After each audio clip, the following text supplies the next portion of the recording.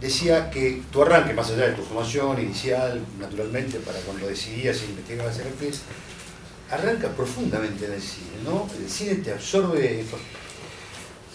Sí, bueno, había hecho, antes de empezar de hacer cine, mi primera película, yo estudiaba teatro y lo primero que hice fue una obra que dirigía, yo era muy chica, tendría 17 años, 18 años, estudiaba con Antonio Mónaco. Antonio Mónaco, Teatro El Picadero, ¿te acuerdas que el Picadero cuando no, originalmente? pero eso fue mucho, yo no estaba en Argentina. Ya no estaba, no, claro, en la dictadura. Yo te estoy hablando del año 74, Claro, por ahí, antes de irse, 74 y 75, que hicimos una obra de teatro que dirigían entre Antonio y Lía Yelin, con la Diva Verde. ¿Alguien se acuerda de la Diva Verde? No. La Diva Verde era una especie, había salido del Ditela y bueno, era una especie de burla irónica sobre López Rega, Isabelita, y bueno, esa fue mi primera relación con el público, estudiando teatro. Igual yo empecé a estudiar teatro muy chica y en el colegio me pasaba más tiempo arriba del escenario, que era un escenario maravilloso, que en la clase. Y después, eso fueron 2 funciones nada más en el ya. Y me fascinó. Sentí que había algo como de poder ahí arriba del escenario, ¿no? Muy especial. Yo era muy chica y sentía que por ahí hacía algo y se reían. Entonces, y es cierto, mi segundo trabajo profesional, no, es una palabra extraña, ¿no? Mi segunda experiencia del oficio sí fue en cine. No tomen a la nena, exacto, donde conocí a Julio. Julio, claro, porque adolescentes. Eso también fue, creo que fue la primera vez que se hizo un casting con adolescentes que estudiábamos teatro, no éramos actores profesionales, y éramos 200 más o menos, y quedamos 4. Uno era Julio Chávez, otra era Caldera, no me acuerdo el nombre, Calderón era el apellido, Patricia Calderón, que fue lo primero, bueno, que había estado en Despertar de Primavera, porque era una alumna de Aleso. Claro, un Agustín. Era mucho mayor que nosotros. Y Juancho Jusit se enamoró de ella. Esos son los pormenores que son. Esas cosas pasan. Juancho, que era el director, y Aristarain era la asistente. dirección. Era un libro de Oscar Viale, delicioso. Y bueno, quedamos las dos. Y Juancho se enamoró profundamente de Patricia, dejó a Luisina. Y entonces, y Patricia, no solamente por eso, sino, bueno, hizo el personaje protagónico y yo hice un pequeño personaje y Julio quedó para hacer el personaje protagónico. Esa fue mi primera experiencia en cine, que me fascinó, porque en ese momento las cámaras hacían ruidito, había como una sensación de que empezaba una magia rara. Y bueno, y ahí empezó, con eso empezó. Mirá, y después antes de tener que irte, fue la de Renan. No, yo ya me había ido, mirá qué loca mirá. estaba. Yo y mi familia entera, porque nadie creía que esa dictadura iba a hacer lo que fue. Entonces mi padre, nosotros nos fuimos por un año sabático a España. Mis padres regresaron hace 8 años nada más. O sea, ese año sabático se prolongó mucho, mi hermano no volvió. Pero a los meses de estar en España, llamó Renan, que conocía a mi padre, Claro. eran amigos, me conocía a mí, me había visto trabajar o tenía cierta intuición de que, bueno, que era el personaje que él estaba buscando, y yo hinché tanto para volver a la Argentina, a esta Argentina el año diciembre del 76, o sea, ya estábamos viviendo en España. Yo ya tenía novio, obviamente, en ese momento en España, español, hinché tanto para volver a rodar la película que me dejaron. Filmé la película, que fue una experiencia extraordinaria, con los mejores actores argentinos de ese momento. El personaje protagonista lo iba a hacer Alterio, que no pudo, que no se animó como yo. No, lo prohibieron, realmente no dejaban hacer la película. Era un libro de Haroldo Conte, a los pocos meses desapareció. Y esa fue una experiencia extraordinaria, con actores extraordinarios. El asistente de dirección también era Adolfo Aristarain. La relación larga con Adolfo. Y volví a Madrid y ahí creo que secuestraron a Timerman, ya no pude volver al estreno ni nada. Ahora, pues, pensaba, compartamos, chicos, por supuesto, inquietudes, comentarios, no hay ningún tipo de orden aquí. Sí. En la charla. ¿Sos el periodista? ¿Vos sos periodista? Claro, no, yo periodista no soy. Claro, estoy exactamente ahí haciendo sí, tal cual que no lo soy ni lo quiero ser. Digamos, no, digo que como arranca toda la cuestión es increíble, porque cuán singular es todo lo que te ocurrió, lo que hiciste en España. Lo que hicieron en España, porque, digamos, nada, un argentino que se fue, es una historia que siempre nos atrajo a toda esa generación, porque nosotros, bueno, tenemos más o menos la misma edad, más o menos la misma generación. Yo recuerdo exactamente todo esto, yo no conocía a Cecilia, pero sí recuerdo todos estos laburos, sí recuerdo el exilio de tu familia, tu viejo, tu madre, vos, obviamente. Y también recuerdo qué empezaba a pasar con esta actriz argentina en España, ¿no es cierto? Porque... Pero eras uno de los pocos que lo recuerda. Yo creo que sí, porque por lo menos yo no conozco a nadie que recuerde esto. Al contrario, yo creo que se tapó mucho lo que yo hacía en España. Pues es que yo eso no me doy cuenta, ¿sabes por qué? Debe ser, claro, no, en realidad es la mirada del actor. Es la mirada de que yo hoy, en mi memoria, hurgaba en lo que yo sabía que ocurría y hurgaba dentro de las nubes que había en ese momento. Claro. Evidentemente, pero claro, es como pero mucha gente, es cierto, tanto como me contás ahora vos, otros congéneres, actores o no actores, qué sé yo, periodistas, pero congéneres, digamos, sí sabían de películas como Arrebato, claro, o como las primeras películas de Pedro, y extrañamente, mira qué cosa, cuando yo volví a la Argentina, por 20 días volví, yo no tenía una relación de mucha bronca, realmente, de mucha bronca. Yo en España, además tenías que hablar en español, o sea... Eso siempre me atrajo tanto saber, porque yo veo tu derrotero en cuanto a esto que te sucedió, en cuanto al desprenderte, al luchar por desprenderte, y a esa especie de retorno que hiciste profundo, no me refiero al físico solamente, a ese otro que vos sabés que sabemos. Hablemos de eso, por favor.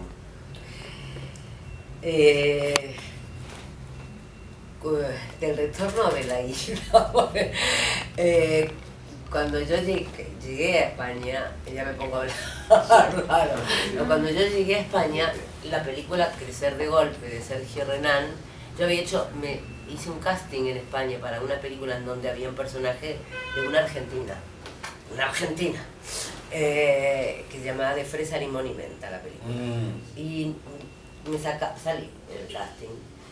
Y las dos películas fueron a San Sebastián a competir. Tanto la de Sergio claro, como... Entonces yo tenía 19 años y de pronto tenía dos películas en competencia en San Sebastián, que era la primera vez en mi vida que iba a un festival de cine y que hablaba con un periodista. Y fue muy no sé, viste, como estar, es raro, estar en el lugar indicado para salvarte la vida un poco, ¿no? Porque yo creo que toda esa situación tan excitante, tan novedosa, tan acertada con mis deseos como de oficio y de vida, me salvó de la idea del exilio, que es una idea y una situación muy, muy dolorosa, profundamente dolorosa, que yo empecé a entender a mi vuelta, porque durante toda la estadía en España, que yo no volví hasta el 85, o sea, ya en 2 años después de la democracia, fue separada absolutamente de la Argentina y de cualquier argentino que se me acercara. Tenía realmente una enorme bronca, y como los argentinos que vivían en la Argentina y que viajaban a España, en su mayoría, por lo menos los que yo recuerdo, eran gente que tenía dinero y que de alguna manera no defendía, pero por lo menos la gente que mis compañeras de colegio, qué sé yo, que de pronto aparecían en España, yo tenía una profunda sensación de ajenidad, ¿no? De verdad, que Argentina ya no tenía nada que ver con mi vida. Pues es que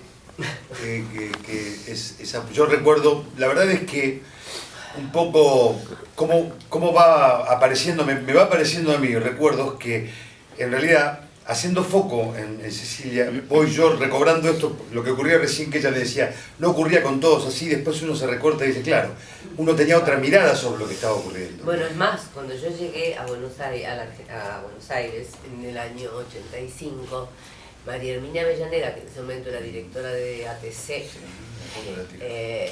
María Herminia y María Elena, cuando estaban juntas, eran muy amigas de mamá y siguieron siéndolo hasta la muerte de ambas. Y María Herminia, que en una época, cuando yo tenía 13 o 14 años, era mi profesora de teatro, porque yo pasé por todo el mundo, aquí, allá y acullá. Entonces María Herminia, sabiendo que yo estaba aquí, una mañana a la semana yo me tenía que volver a Madrid, porque tenía un contrato firmado para hacer una película, y María Herminia, y yo sentía que había un paréntesis en la Argentina que yo tenía que cerrar, que yo sentía todavía que tenía 17 años, que esos 10 años que había estado fuera habían sido paralelos a algo que no había vivido, y había a mí una necesidad de que sucediera, nunca pensé que iba a suceder alguna cosa mágica como esa, pero no tenía ganas de volver. Y 3 o 4 días antes de mi vuelta a Madrid, me llamó María Herminia y me despertó una mañana y me dijo, así como hablaba ella, nena, ¿vos te quedás y yo te doy un protagonista en una tira de ATC? Y yo dije, sí, a ver, nunca había hecho tira en mi vida, ni televisión, nunca había hecho televisión en mi vida. Lógicamente duró 3 meses la tira, fue como porque yo estaba acostumbrada a trabajar de otra manera, no entendía nada. Pero era el momento en que las tiras era un decorado al lado del otro y la cámara pasaba de un decorado a otro y hacías un capítulo en 6 horas. Sí. Igual me divertía también, siempre se aprende de todo. Bueno, y me quedé y bueno, me quedé a ver que sintiendo que, bueno, pero venía el cuento de que María Herminia me dijo, pues yo tenía un book que había traído a Buenos Aires, no sé por qué. En España se usaban mucho los books de actores y con fotos y con críticas y con esas cosas, y como muy modernos para lo que era la Argentina en ese momento. Entonces María Herminia, había una nota de Umbral que decía, no me acuerdo bien, no me acuerdo qué decía de mí, pero algo así como que no cae, pensaba a María Hermina no le caía bien y pensaba que no iba a caer bien Arrabalera, no sé qué cosa, algo, no sé, que en ese prejuicio argentino de esa época todavía enganchado en la gente. María Hermina me dijo, saca esa hoja del book cuando lo presentes. ¿Sí? Y esa fue una. Y otra es que me hicieron firmar un acta de no sé qué porque tenía un whisky en mi camarín. Cosa que era muy natural. En España se desayunaba, no yo, pero se desayunaba con un carajillo en los rodajes. Ahora, vos es que pensando en esto ya y en todos estos avatares y bueno, y somos actores y somos sujetos de la cultura que vamos construyendo. Digo, lo potente es que, bueno, vos sufriste el destierro, el exilio, te fuiste y seguiste laburando lo tuyo, pero lo particular que me parece en tu historia, y que tiene que ver un poco con lo que uno exuda culturalmente como actor, que sos un instrumento, es decir, si yo me traslado a tal lugar, este tipo que soy, cómo debo componer un extranjero, suponiendo, o cómo adentrarme para conseguir laburo y que se amplíe un poco más al argentino típico, pero vos entraste a la movida conceptual cultural española, es decir, eras de la banda. Pero es que estaba naciendo eso, yo no es que entré, empezamos. Sí, bueno, está bien, no entraste, aún más entonces. Sí, lo que pasa es que yo a Pedro siempre tenemos la idea de no saber muy bien cuándo fue, pero yo creo que los conoce Pedro, que trabajaba en la Telefónica, pidió la excedencia sin sueldo, pero tenía su puesto hasta la ley del deseo, que su madre le dijo, bueno, ahora puedes irte. Podés renunciarlo, buenísimo. No, de verdad, sí, no lo dejaba renunciar, porque decía que es una carrera peligrosa. Cosa que sí. Cosa que tenía razón la vida. Siempre. Absolutamente tenía razón, lo que pasa es que no sabía quién iba a ser. Con Pedro nos conocimos creo que en ese festival, que Pedro siempre iba a los festivales de San Sebastián a ver cine, porque era donde más cine se veía extranjero. Ya en esa época menos, porque antes se iba, la gente cruzaba la frontera y se iba al lado de Francia a ver películas que prohibían en España o que estaban cortadas en España. Pero esto ya era el año 77, hacía 2 años había muerto Franco, y era un estallido de todavía no se sabía qué, y lentamente yo creo que hubo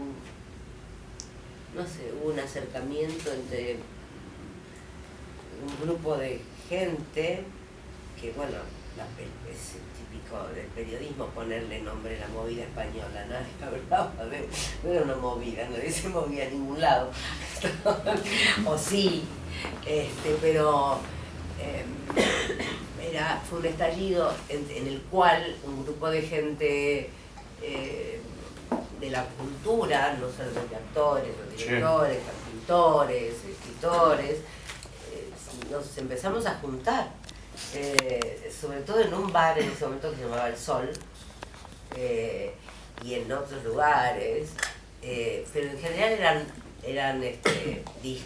no eran bares de tapas, que era lo típico de España, eran donde se escuchaba la música, la mejor música, donde se subía a cantar, donde aparecían por primera vez Alaska y los Pegamoides, pero eso es donde Pedro pasaba sus primeros cortos, se había comprado una cámara de Super 8, y entonces, que no tenía audio, entonces hacía cortos que eran trailers de películas, de supuestas películas.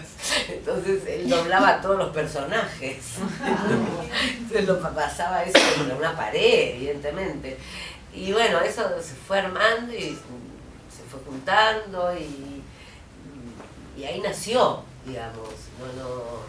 Y ya era un poco eran un poco más grandes que yo en general, menos Olvido, menos Alaska, que tenía 14, ponele.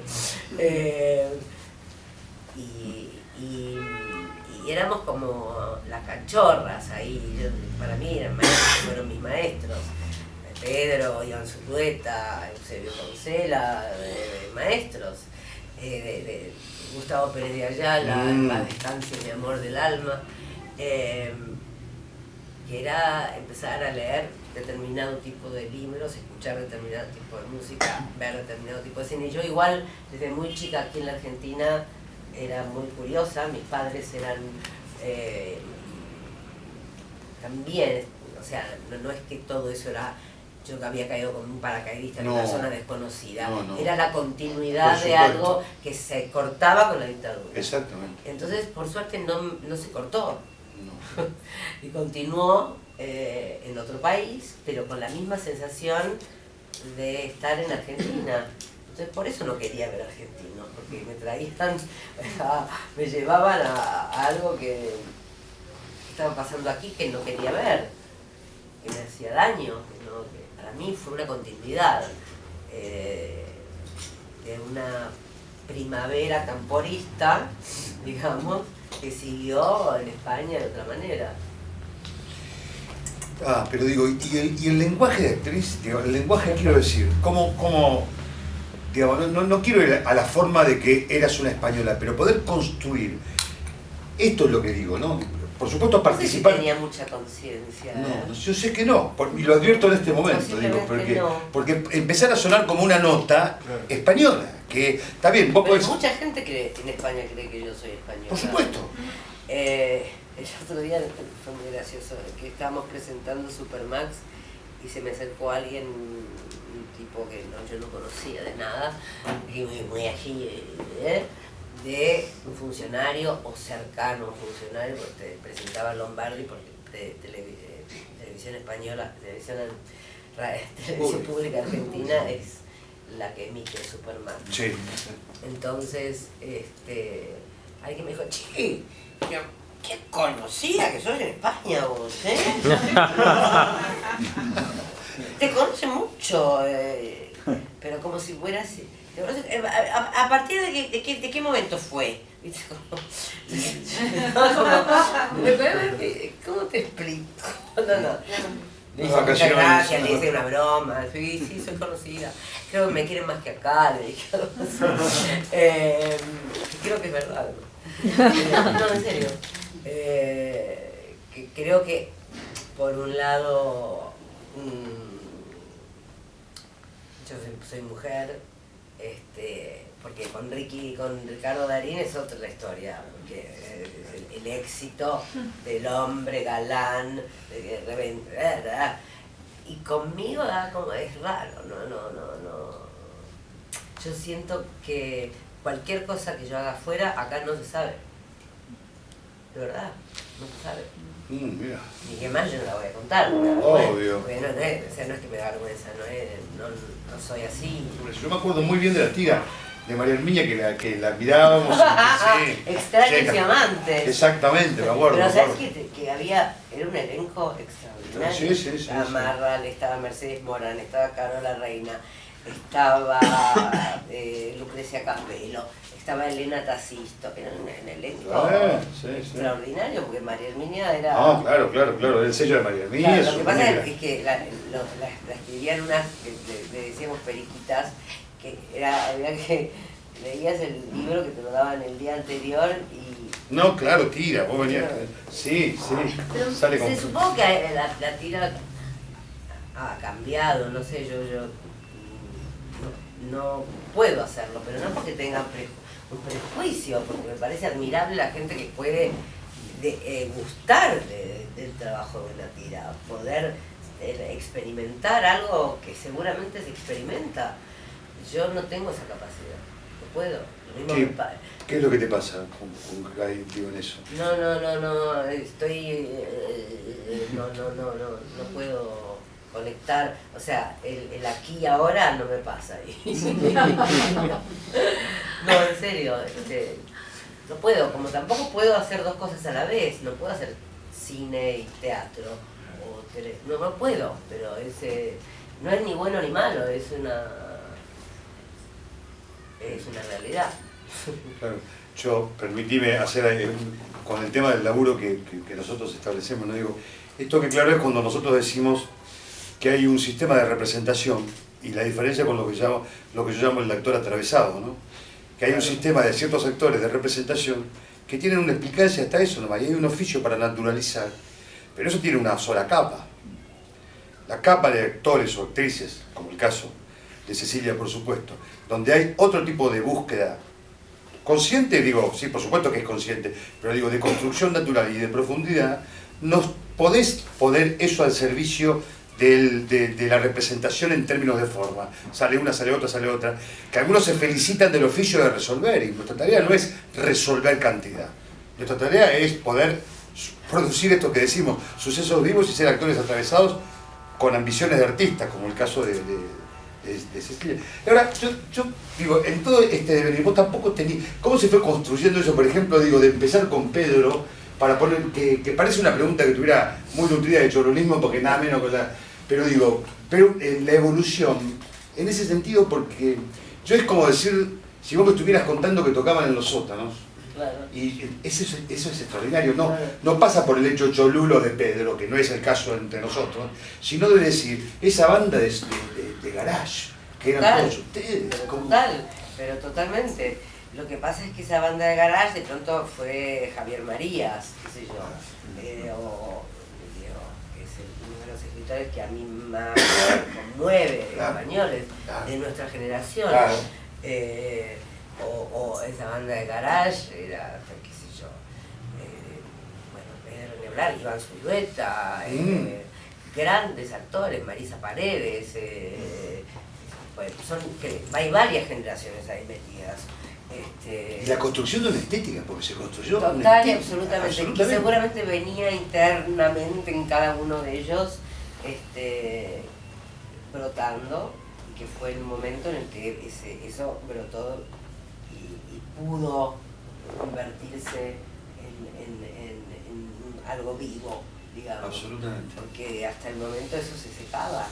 Totalmente. Había algo punk en términos artísticos de energía verdadera, de construcción verdadera, había una legitimación. Sí, y con muy poca, digamos, con una conciencia de poder, de un estado de libertad diferente, pero no un subraye de todo eso. No, claro. Era natural. No, sí, por eso atravesaba. O sea, era natural. Por eso atravesaba.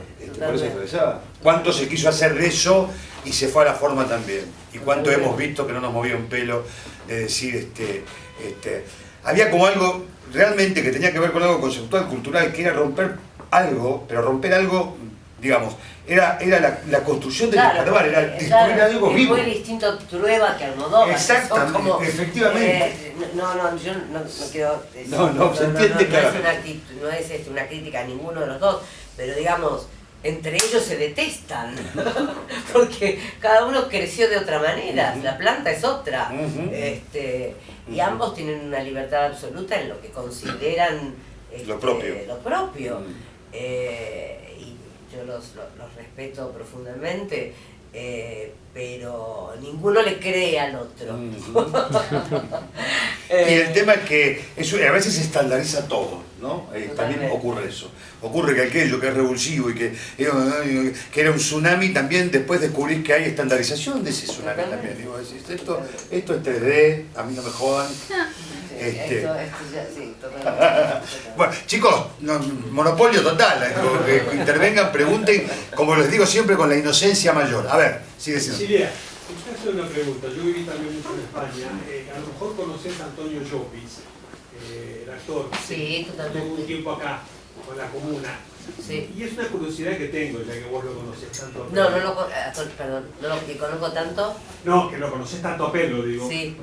Según Llopis me contaba, que él le contaba a Pedro, o que Pedro había visto mucho de las películas de Sarli y Bob. Muchísimo. Y que todas esas cosas kitsch maravillosas de Pedro se inspiraba. No sé si eso se lo inspiraba. Por eso te pregunto. No, inspiraba no, porque no sé, la inspiración, yo creo que uno, sobre todo en casos como el de Pedro, que Pedro tiene una frase que yo comparto absolutamente, que muchos errores hacen un estilo, que coincide con vos y con Pedro, con las primeras películas de Pedro, definitivamente. Después, el perfeccionamiento que en vos no se dio, pero que en Pedro sí, son muy diferentes en ese sentido. Pero Pedro, bueno, John Waters también es una inspiración para Pedro, sin duda. ¿Conocen a John Waters? Sí. Bueno, hay grandes directores americanos o qué sé yo, argentinos, le fascinaba Lili Marshall también. Y quiero decir, Pedro es un tipo muy curioso y con mucha necesidad de no sé si, no para reproducir lo que ve, sino porque ver hace muy bien, ¿no? Toca zonas de uno que uno por ahí desconocía, ¿no? Gracias, no tenía que preguntarle algo tan directo. Si tenía pisos de realidad que evidentemente tenía. No, pero seguramente él le encanta a vos y le encantaba, bueno, o sea, ahora está como alucinado con Moria, pero claro, también muy eso. Sí, no para trabajar con él, creo. No, claro. No. Lo que pasa es que es cuando el artificio, parece un juego de palabras. No creo que haya artificio. Por eso lo que es, no, claro, digo artificio en términos de que termina siendo legítimo. Claro, es absolutamente legítimo. Totalmente. Expongo como además creo que Moria es una persona profundamente inteligente y que también es tan curiosa como Pedro. Yo la conozco muy poco, pero las pocas veces que la vi hablamos de cine, de libros, de discos. Es como Sofía, la hija es igual, extrañamente al revés de otras divas, ¿no? Pero produce mucha atracción. A mí me recuerda a Divine también. Totalmente. Manuel, sí. Yo tenía una pregunta más de lo que venimos trabajando. Dale, de por lo supuesto. actoral. Sí. Como nosotros tratamos de trabajar escenas, y por ahí no sé si un consejo, una palabra desde tu experiencia. Cuando vos tenés que hacer una película, cuando no hay tiempo o el presupuesto es distinto, por ahí no te puedes tomar el tiempo de conectar con el otro, que te pase, y por ahí te tiene que pasar más rápido de lo que por ahí uno que todavía está aprendiendo le pasa. Estamos mucho trabajando esto de poder conectarse con el otro que estás haciendo la escena, y a veces cuesta y es, bueno, dale, grabá.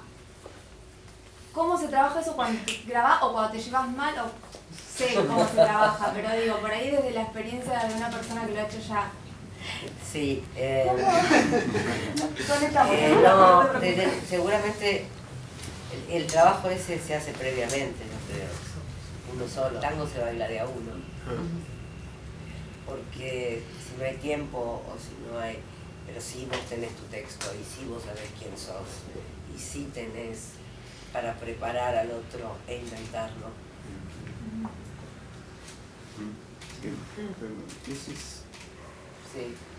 Sí. Martín Piroyanqui y Juan Garmentía me decían que vos llegabas al estudio y en 30 segundos armabas la escena.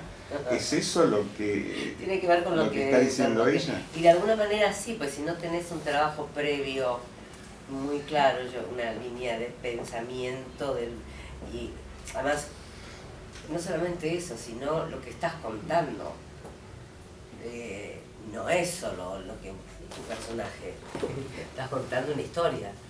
¿Quién sos dentro de esa historia y qué contás en cada escena? ¿Qué es lo que te toca contar a vos en esa escena? Más allá de cómo sos como personaje, que también es una preparación entre personal y de adaptación que es muy rápida, o sea, también tiene que ver con experiencia, pero también con una primera sensación. Yo le doy mucha bola a las primeras sensaciones.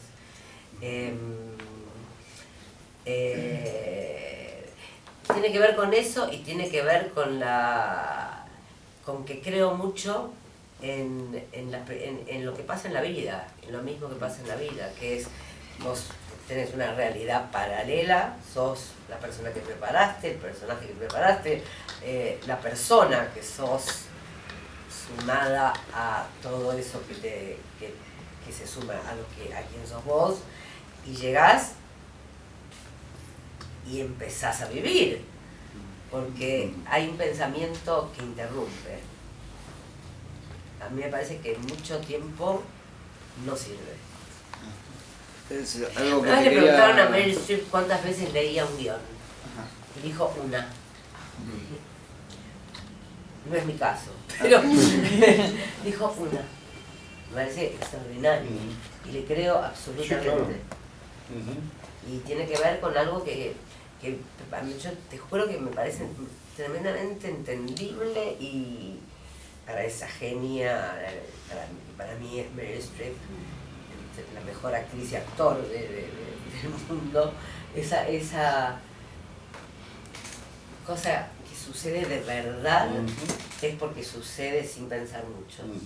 O sea, sí, ahí está todo encendido, pero la cabeza es lo que menos trabaja. ¿Ok? Totalmente. Ok, sí, está buenísimo. Ok, digo porque recortamos cosas que trabajamos nosotros respecto a esto. Y el hecho de decir, cuando comentamos, decimos el titiritero lee el guión una vez, como Meryl Streep 2 veces, hay ideas, hay cultura, pero a la hora de los bifes, el títere tiene hambre, sed, deseo, baja eso, y este es el concepto vivo. Y el cine nos genera el artificio este que decimos, ¿no? De generar un vínculo con el que está o el que no está, con el que, por ahí es el tango de uno, ¿no? Es decir, El tango se ve la de uno. Exactamente. Yo produzco, el suceso se produce aun cuando no tenga quizás el actor de enfrente, porque hay un corte, donde no hubo un ensayo previo, donde no hubo, pero yo ya sé trabajar en base a eso, a que saber que el tango es esta simbiosis que termina en uno, ¿no? Re interesante. Pero sí. es que me parece que esa es la vida también. Sí, la vida se baila de a uno. No hay otra. Y sí, sí. Aunque estés conectadísimo con Sí, no, todo, se entiende absolutamente. Pero Es un acople, es un estás coito, en una es soledad absoluta. un- En el mejor sentido, en una soledad absoluta que a la que le sucede sola. Por supuesto con conexión. Pero... Por supuesto que sí, además es un resultado de eso, pero a la hora de los bifes está esa concreción, totalmente. Y en ese sentido es tan claro lo que yo advierto, y compartamos eso en cuanto a tus trabajos, más allá del halago liviano, digo, el tema de la actriz y la intensidad, ¿no? O sea, yo recordaba pensando que venías y miraba cosas que decía la intensidad, que en sí misma no puede no ser del todo una virtud, porque también hay que administrarla, ¿no es cierto? Como bien sabemos. Entonces digo, ¿qué te pasa con eso? Digo, porque eso es lo que yo advierto, Pero intensidad, ¿decís es la palabra? y a ver si no, otra.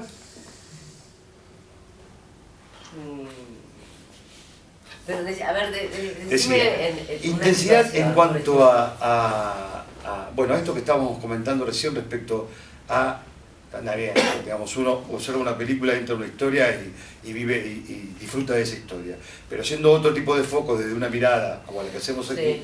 digo, yo lo que advierto es una intensidad en cuanto a lo vivo de cada cosa que haces. Sí, eso te entendí. Y que además advierto que lo administrás claramente y que es un instrumento que como vimos, ecualizás muy bien esa energía. Es una intelectualización, pero digo, para hablar del tema.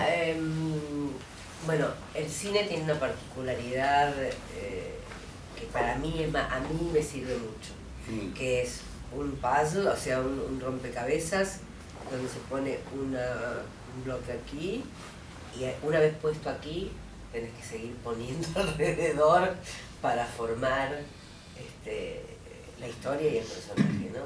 Entonces, el primer bloque que pones lleva a la intensidad posterior. quiero decir, a la intensidad porque estás eligiendo y tenés que elegir bien dónde pones, porque si te equivocás y la forma no coincide con la que pusiste antes, no hay historia, no hay personaje y no estás contando nada. Me parece que tiene que ver con eso, no sé si se entiende. Sí, sí, hay que elegir muy bien dónde pones lo primero. Después, es cierto, equilibrás. Porque después, por ejemplo, estás con la idea del puzzle, ¿no? Hay un cielo todo azul donde parece que no pasa nada. Hay que ponerlo. No poner ahí una estrella, porque no va. No, porque va acá la estrella. Si te equivocaste...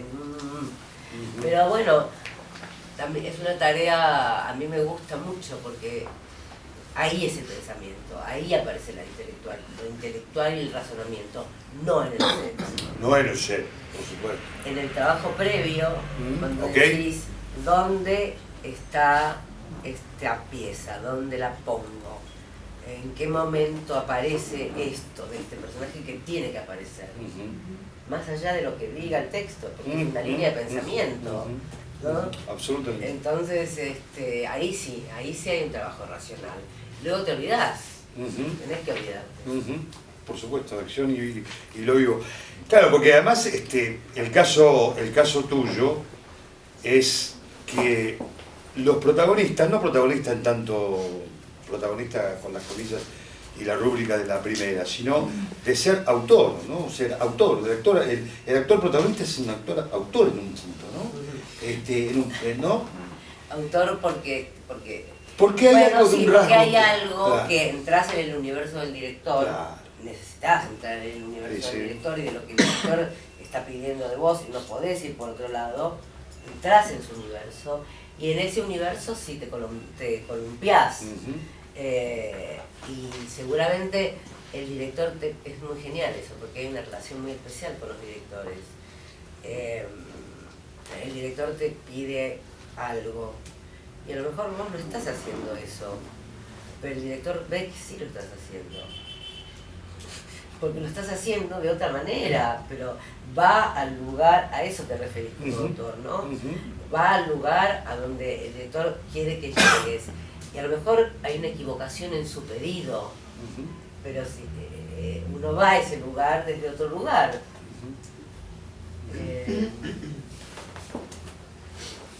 ¿Se entiende? Sí, se entiende. Vamos a mirar, hicimos una edición. Era fanática de tu mamá. Mira qué bien. Que es una artista maravillosa. Sí, yo sabía. Y además ella trabajó, Dina. Sí, trabajó con Agustín ella mucho. Y con Cristina Vanegas cuando venía para aquí. Dina, sí. A veces me preguntan, ¿sos la hija de Silvana Roth?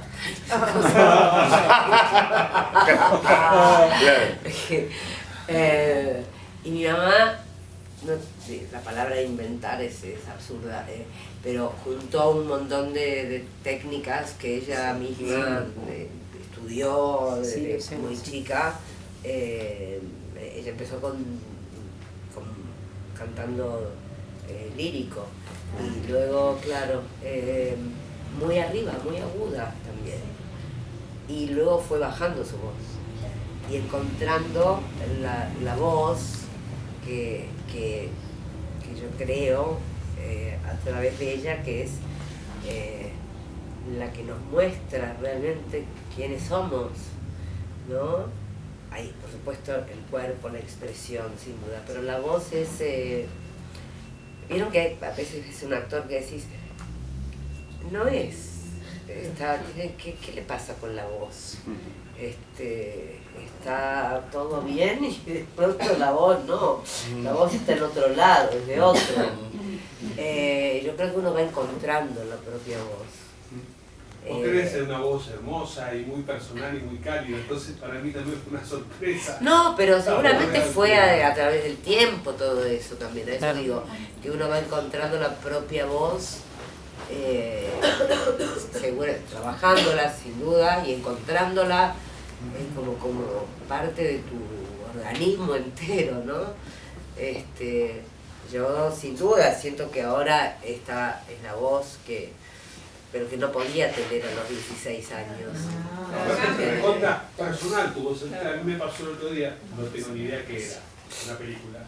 Y yo estaba en otro lado y digo, sí, ¿Qué me pasa con los taxistas? Marca registrada. Sí, pasa, te das vuelta por la voz. Claro, por la voz. Eso es notable, sí.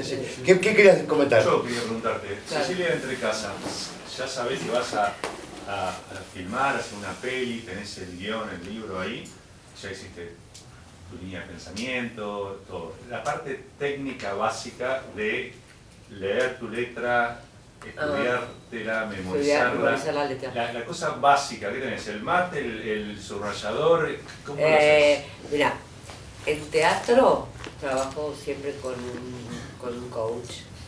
En general he tenido mucho texto en teatro, siempre. Y voy, por ejemplo, Javier Dolte empieza a ensayar con la letra aprendida, o sea, tenés que saber la letra para empezar los ensayos y me parece maravilloso. Sí. Maravilloso. Yo, a ver, es que es en paralelo el cine. En cine no hace falta tener toda la letra sabida todo el tiempo. O sea, no te sabes el texto entero, pero sí sabes qué sucede en cada escena. Yo desgloso las escenas, sé cuál es la situación de cada escena, de dónde vengo, a dónde voy, qué quiero, etc. Lo que sabemos todos. Pero es un trabajo fundamental el desglosarla, porque todo eso luego te lleva a la facilidad de que la letra, de que el texto, que en general en cine, salvo largos monólogos, es que uno no sabe qué van a hacer. O sea, cuando vos empezás a hablar, no sabes que vas a decir un monólogo. O sea, que vas a hablar mucho. Empezás a hablar y seguís hablando. Mira el monólogo. Entonces, el texto, a mí me pasa que teniendo clara cuál es la situación, salvo con algunos directores como Aristarain o Oscar Martínez, que no podés cambiar una coma, y que me parece bien, porque se han roto en la cabeza buscando exactamente la palabra indicada que quieren que digas. Hay otros directores, Pedro también es así, totalmente, que tenés que decir la letra exacta. Y Pedro ensaya mucho en cine, muchísimo, como si fuera teatro casi. Pero la letra entra de diferentes maneras, depende de a mí, depende de lo que estoy estudiando. Sí. ¿Pensás en ritmo y melodía a la hora de estudiar una letra? No. ¿Cómo la vas a decir? No. No, y seguramente cada vez que la digo de otra manera. No de otra manera diciendo el pensamiento de otra manera, sino con el mismo pensamiento. Puede suceder otra cosa. Diciendo, claro, nunca, en general desconfío de los actores que dicen el texto siempre igual. Sí, me pasa eso. ¿Tenés miedo de olvidarte la letra? Yo creo que los actores me parece que tienen ese... Mira, en teatro me pasa, me voy a poner gotitas en la nariz, súper alérgica, perdón. En teatro yo me obsesiono mucho más que en cine. En cine me siento más en mi casa, en mi país, no sé, en mi casa. Tengo mucha energía para estar en el cine, no me importa la cantidad de horas, no. Claro. No sé, sé cuándo descansar. En teatro estoy las 24 horas obsesionada. En serio. No solamente por olvidarme la letra, que también es un factor que me importa muchísimo, sino por por cómo voy a estar en el momento que llegué a hacer la función. Entonces es una disciplina, porque yo no puedo hacer teatro todos los años. Todos los días hay que volver a construirlo, volver a construirlo no, pero por ejemplo tengo así como cosas como cábalas, digo la letra en la ducha, después 2 veces en el camarín, o sea, sí, son cábalas, sí. Pero en general me ha pasado de tener muchísima letra y una de las cosas que a mí más me daba miedo realmente era hablarle al público. O sea, no hay cosa que más angustia me produzca que hablarle al público. Y desde la primera vez que empecé a hacer teatro era monólogo al público y después entrar en una escena. Siempre. Hasta alguna relación pornográfica también, Días Contados de Oscar, sí, era hablar y meter. Y lo que más te cuesta, o lo que más pensás que te va a hacer más difícil, luego es lo que más disfrutás. Luego es lo que más disfrutás. Yo en Días Contados de Oscar, que pasaron muchas cosas, siempre pasan muchas cosas en el teatro, ¿viste? Algunas lindas y otras más complicadas. Se enfermó Gustavo, Oscar se quedó con la mujer de Aguada, bueno, en fin, pasaron las cosas de la vida. Entonces se cambiaron los 2 personajes masculinos, primero eran de Gustavo Garzón y Aguada, y luego terminó Bando, Villamil y Carlinga. Y luego en el medio Oscar hizo un personaje. Pero una vez me pasó una cosa que nunca en mi vida me pasó y nunca me volvió a pasar, y luego al cielo que no me pase nunca más. Nunca miro al público yo, si tengo que hablarle al público, no puedo, o sea, no. Pero me dirijo a alguien, por supuesto, ahí hay una proyección hacia alguien, el hijo. Y de pronto esa noche vi, yo tengo mucha memoria visual y de nombres también, a una compañera del colegio primario. Por primera vez miré. Y Gustavo tenía que contar un chiste. Ahí estaba Claudia Lapaco en la cama y Gustavo contaba un chiste. Y yo vi a la niña que me aburrida. Me empecé a ir del escenario. Me fui. Yo no salía nunca del escenario a esa hora. Me fui del escenario. Me agarró un ataque de pánico que nunca me había pasado. Un ataque de pánico. Quería que me iba a morir. Y no pude hacer la obra una semana. Una semana. Un miércoles fue eso. El miércoles siguiente Pablo Comper me dijo, si no volvés hoy, Pablo y Oscar, no vas a poder volver. Yo decía, venía mi analista a casa, ¿entendés? Estaba en un estado de, no sé, perdida en el tiempo mirando eso, qué sé yo, no sé qué me pasó. Nunca más me pasó en ninguna otra circunstancia, pero ahí sí, no sé, me movió algo. ¿Sabés lo que sentí? Que no me creía. Que no me estaba creyendo. Entonces yo seguí, yo la había visto ya, y seguí, y dije, no me está creyendo, o sea, no me está creyendo. Volví a mirar y pensé, no me está creyendo, y yo no, y empecé a no creerme yo. Y me fui. ¿Pudiste terminar la función? No, me fui, se cerró el telón y se suspendió la función. No pude, no quise no creerme. ¿Y saliste a saludar a tu compañera? ¿Y se le habló al público? No, ella venía con otra compañera del colegio, médica, y bajó la médica. Yo no tenía nada más que un ataque de pánico, estaba así, la presión mía, o sea, estaba todo bien, pero no podía hablar. No, claro. Ni explicar lo que me pasaba. No, el tema es que es muy peligroso hablar y con además el horror fue que yo miraba a mis compañeros como en el vacío total, tratando de explicarles. Claro, nadie... ¿Qué le pasa? ¿Por qué te pasa? No, nadie pensaba que me pasaba algo raro. O sea, miraba y ellos pensarían que miraba de otra forma. Que estabas actuando, claro. Estaba actuando. Era así No, el lo que papel. puede ocurrir mucho con el público, que es un peligro, es que te saque la vista. Hay gente que no acepta esa intimidad. Entonces vos tenés como código mirar a alguien y hay gente que te la saca porque no quiere participar con vos de esa intimidad. Y queda pedaleando. Sí, pero focalizan, pero no depende de tu mirada.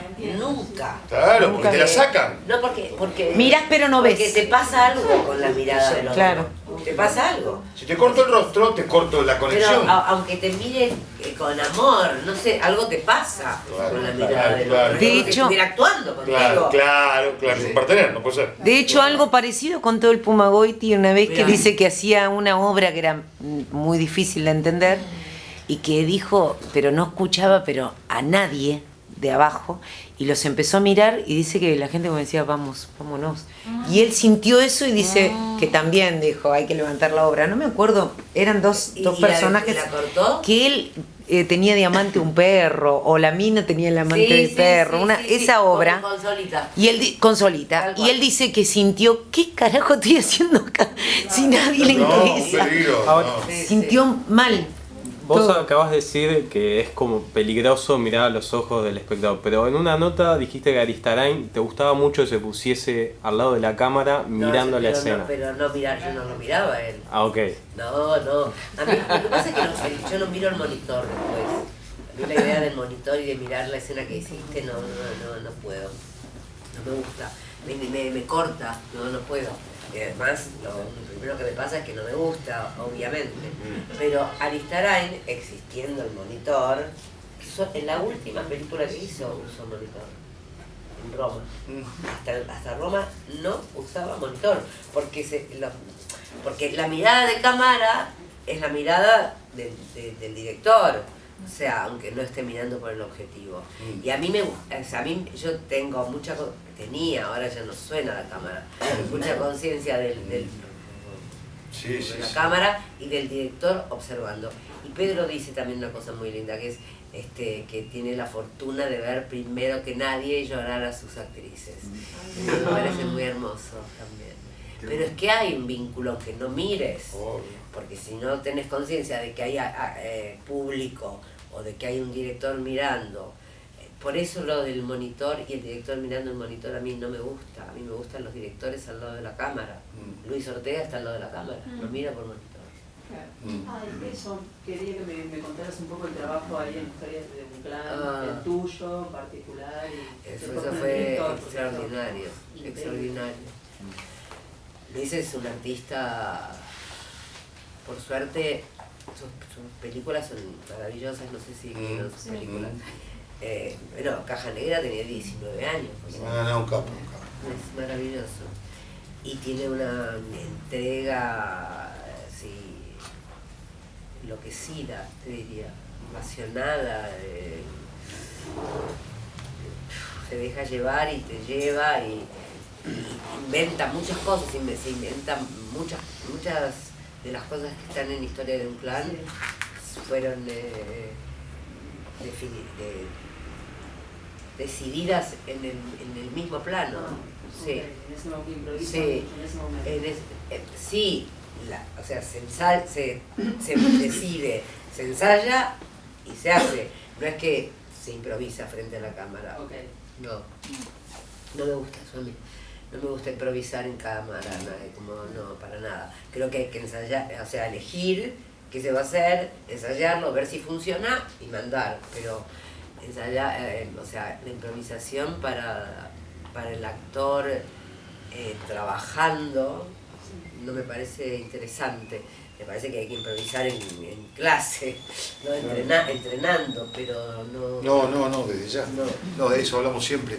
Y de los directores... Porque además, a veces te encontrás con actores que te empiezan a decir cualquier cosa y decís, ¿quién me está hablando? Nombres, aunque me encantaría decirlo. Cecilia, perdón, ¿qué tal? Damián es mi nombre. Te hago una pregunta. A la hora de te dan un papel, el libreto, lo lees 1, 2 veces, 3, ¿cómo interpretas vos el personaje para ir a la par de lo que el director quiere que ese personaje sea? Digamos, a vos te dicen el personaje va a ser de tal o cual forma. Pero eso se trabaja previamente. ¿Lo trabajas con el director o sola? ¿Vos te creas tu personaje? No, nunca es así. Siempre es con el director y siempre hay charlas previas al trabajo puntual que luego haces sola, seguro, pero siempre hay muchas charlas previas, por lo menos yo me gusta trabajar así y tengo la fortuna de haber trabajado con directores que trabajan así. De distintas maneras, porque Aristarain lee una vez o 2 veces, como mucho, con todos los actores, analizando cada una de las situaciones, y después los ensaya. O sea, es como un trabajo casi de mesa, pero no sé si es mesa. Sí, bueno, lo que sería un trabajo de mesa. No sé, si se cambia alguna palabra, se cambia en ese momento y después no puedes cambiarla más. Almodóvar hace casi el escenario de lo que va a hacer para ensayar. Quería preguntar una cosa respecto a eso. Una vez vi un documental que mostraban a Almodóvar dirigiendo. Y me llamó mucho la atención que era muy estricto en cómo manejaba a los actores, que les marcaba absolutamente todo. Me llamó mucho la atención. Sí, no hay que hacerle mucho caso. Pero él marcaba absolutamente todo. No, a él le encanta porque eso creo que le viene de los bares, de cuando hacía todos los personajes. Entonces, no sé que no funciona así. No digo que no funciona así, que sí, que te dicen, entonces y no vas a hacer eso. Como que él actúa. Lo que hace es la intención. Claro, él te está dando los rasgos de lo que vos tenés que operar luego. Claro, no es que lo tenés que hacer así porque es un racho. Claro. Un poco margen de libertad al actor, en lo que se veía de filmar. No es cierto. Y a veces te olvidás, ¿no? Mi relación con Almodóvar, que es una relación muy antigua también, de hace mucho tiempo, por ahí posiblemente no es la misma de alguien que empieza a trabajar ahora con Pedro, que tampoco son muchos porque él es muy familiero en sus equipos. Y a veces puede ser muy duro y decir una cosa tremenda, y yo me he puesto a llorar en alguna situación y después te pide perdón, no niña, por favor, pero sí, puede ser muy duro, pero hay que tener cierta distancia con todos los directores, con algunos más y con algunos menos, ¿no? Hay directores que tienen una posición muy puntual con cómo quieren que digas una cosa, y hay una manera en la que haces un engaño también para llegar a algo que tú sabes que va por otro lado. Yo creo que el actor en ese sentido, vos dijiste el actor es un autor, en ese sentido hay momentos en que conoce al personaje más que el director. Entonces, después siempre el director cree que dirigió eso él. Siempre hay un espacio privado, que es la singularidad, si no lo haría Pedro Juan. Y de todo lo que tuviste con, bueno, estos grosos, todos estos que mencionamos, un tipo como Aristarain, que tiene una relación actoral, todo lo que él hace que es extraordinaria, un lugar en el mundo que no faltó acá porque no me decía. No, le faltan cosas, pero sí, muy tantas. Bueno, no la hagamos llorar más, por favor. En una serie con los hermanos Taviani, que por supuesto nadie lo supo acá para nada, que son, ¿sabes quiénes son los hermanos? Sí, bueno, pero me quedé pensando como que no sé. Es que no sé, nadie lo supo y bueno, ya está. Que se llama Luisa Sanfelice, que es la historia de los reyes de Nápoles. Sí, que fue una de las experiencias más alucinantes de mi vida, porque son dos. Entonces dirige uno una escena y el otro otra. Entonces se rodea todo el equipo que va a rodar esa escena y están los dos.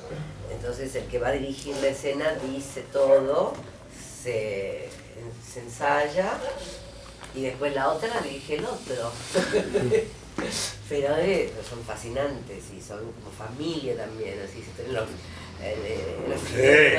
claro, esas dos cabezas tipo Cohen. Ahora, de todos estos grosos de los que hablábamos, y por ejemplo, para poner el ejemplo de Aristarain, que todas sus películas tienen una redacción actoral extraordinaria, relata eso de una manera. Desde la playa del amor. Exacta. Un redactor de primera. Digo, de todos ellos, ¿cuál es el que más fue operador sobre el trabajo del actor? Quiero decir, viste que yo puedo tener muy claro lo que quiero, pero ¿quién de ellos supo operar sobre vos para poder decirte en esto, Ceci, pero acá tal cosa y tal otra? ¿Hubo alguno? Sí, todos. Creo que... No sé si todos. No, todos seguramente no. Pero... es maravilloso cuando el director se da cuenta de algo que vos no te dabas cuenta hasta ese instante, ¿no? ¿No, Gimplo, te acordás de alguno? Sí, Adolfo. ¿Y en qué? ¿No recordás alguna de escena? Sí, totalmente. Situación, por ejemplo. Totalmente. En la escena esta de la mesa,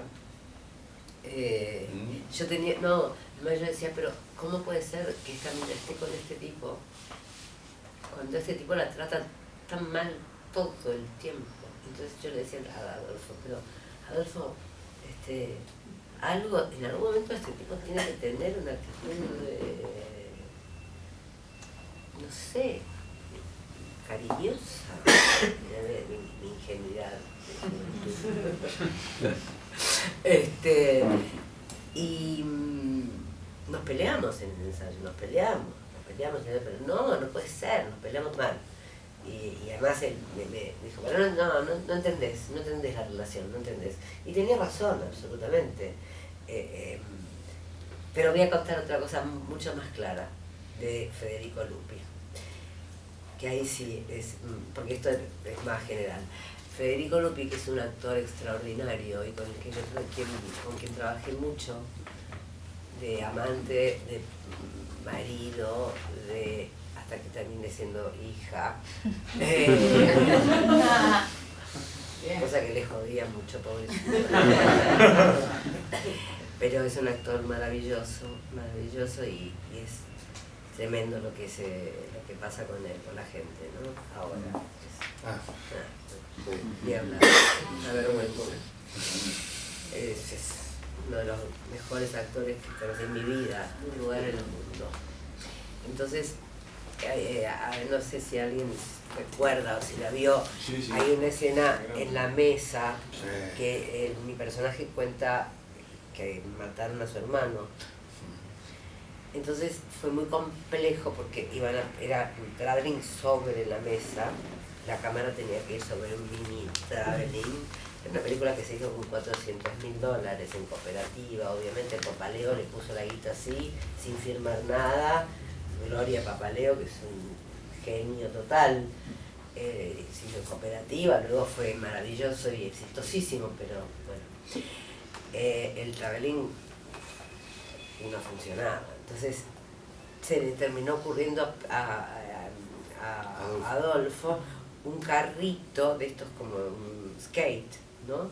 Y poner la cámara ahí, pero pasó mucho tiempo, yo estaba súper conectada con la situación, que era durísima, y pasó tanto tiempo que me bloqueé. O sea, se me olvidó mi hermano, se me olvidó el nacimiento, se me olvidó todo, o sea, estaba horas. Entonces yo le dije a Adolfo, espera. Y entonces Federico me llevó afuera y me dijo, vení. Y me dijo, ¿cuántos años tenía tu hermano?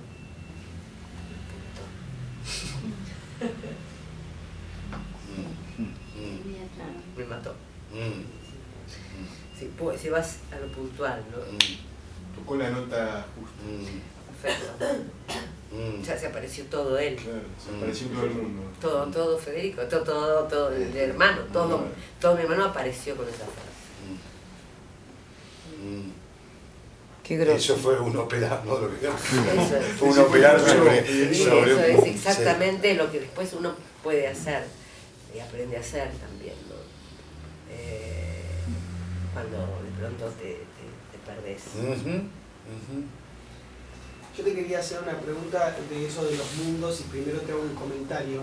Cuando hiciste lo que el tiempo nos dejó, sí. A mí ese trabajo primero me sensibilizó un montón, te creí todo y entendí como ese momento, ¿no? Hoy cuando hablabas de lo histórico, de lo que el exilio y todo lo que te tocó, empiezo a ver que ese mundo que vos contabas en lo que el tiempo nos dejó tenía que ver con ese personaje que vos estabas intentando.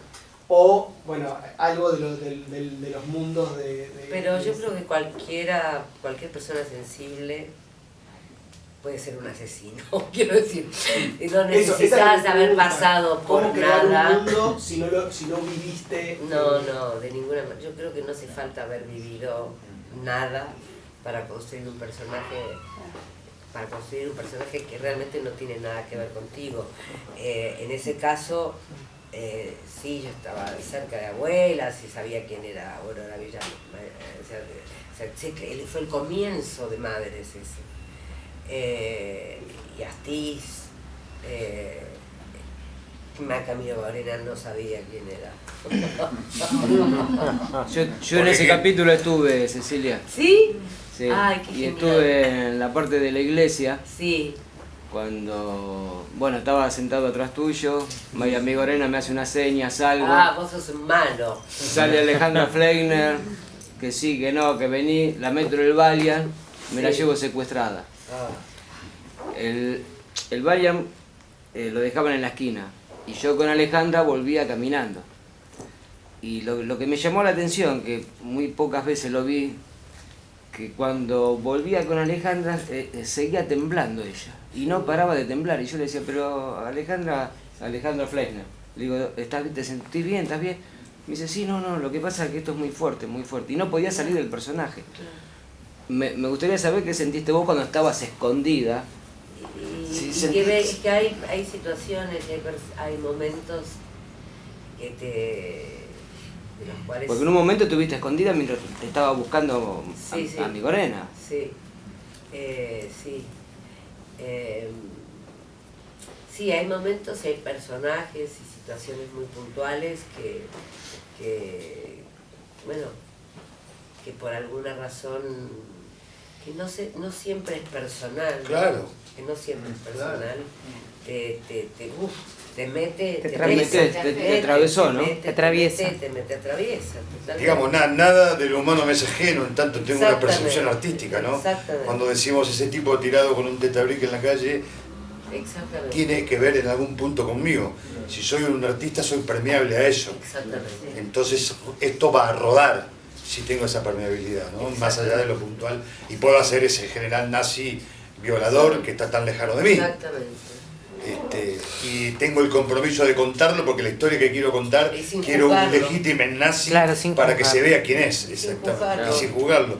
El cuento lo juzga, yo soy un nazi con mis convicciones absolutas, porque estoy al servicio de ese cuento, y la opinión está arriba, en el macro mensaje. Yo como meta mensaje soy ese tipo que aterriza lo que decíamos. Ceci, riquísimo, no queremos...